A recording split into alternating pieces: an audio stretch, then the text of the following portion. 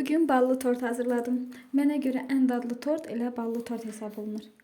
Hazırlamadan öncə kənd işlərindən olan ilk olaraq həyətə düşüb hinləri təmizlədim. Qarın çox yağmasına görə bu dəfə geciksə də təmizlik, amma yenə də qar əridikdən sonra düşüb təmizlədim. Hinin böyük olmağı sizə qəribə gəlməsin, çünki bir neçə növdə heyvan saxlayırıq. Çoxdan ki izləyicilərim bilir ki, biz həmişə yazda təzə cücələrin təzə çıxdığı vaxt 50, 60 və yaxud da 100 ədəd cücə alıb saxlayırıq ki, onu qış boyu istifadə edək. Keçmişdə adətən toyuq cücə kürt salınardı, ya hinduşkanın altına yumurta qoyardıq ki, cücə çıxartsın. Amma indi nədənsə toyuqlar da kürt düşmür. Məcburan biz də balaca cücə alıb böyüdürük.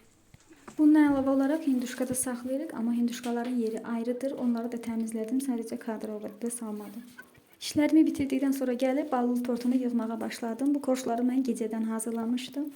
Resepti MyFood kanalının sahibi olan Nərmə xanımın resepti ilə edirəm. Çox bəyənirəm o xanımın reseptlərini.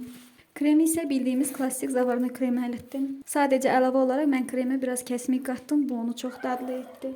Burada isə tortu yığdıqdan sonra göstərmək üçün kəsdim. Gördüyünüz kimi təzə yığılmış olmağına baxmayaraq çox yumuşaqdır. Bu tortun özünü tam tutması üçün ən az bir gün gözlədilməsi gərəkir.